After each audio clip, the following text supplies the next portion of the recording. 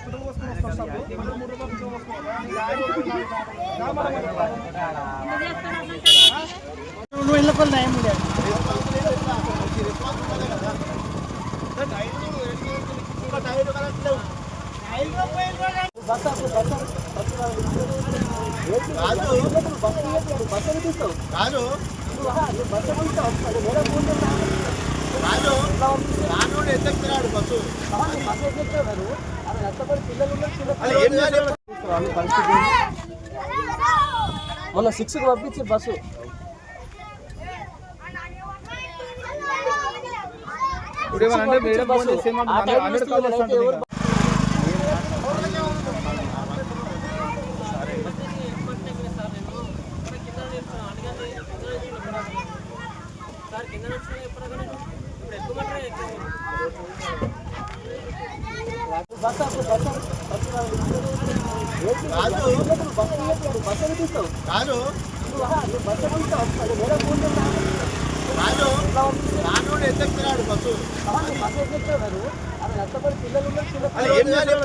ఎందుకు వచ్చారు ఈరోజు? ఎందుకు వచ్చారు?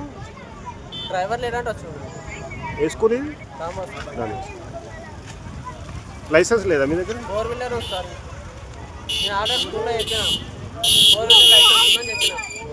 అది కూడా నేను పర్మిట్ అని చెప్పలేదు. ఇలా కూరగా అంటే వచ్చినాను అంతే. ఏ ఊరు నుంచి వస్తుంది సార్? ఏ ఊరు నుండి? కొత్తపేట్, దిలీప్లా, జల్పూర్.